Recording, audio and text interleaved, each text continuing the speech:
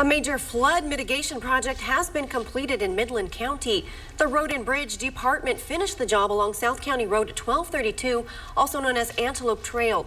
Our Lydiana Reyes was at the site and spoke with officials. Midland Road and Bridge removed roughly 5,000 cubic yards of dirt, as you can see behind me, which equates to nearly 1 million gallons of extra stormwater storage.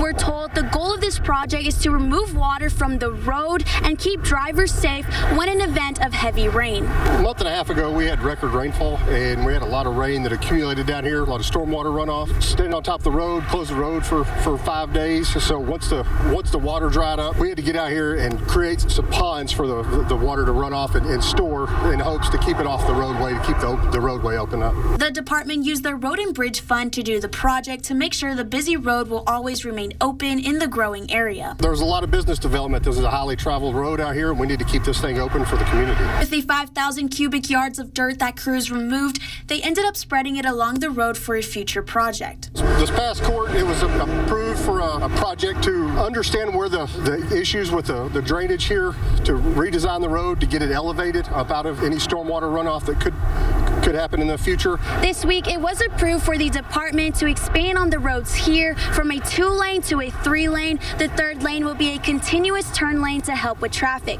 Reporting along South County Road 1232, I'm Lydiana Reyes. Thank you, Lydiana. We'll head to our website, yourbasin.com, to learn how you can help Midland County Road and Bridge by reporting issues that you might have.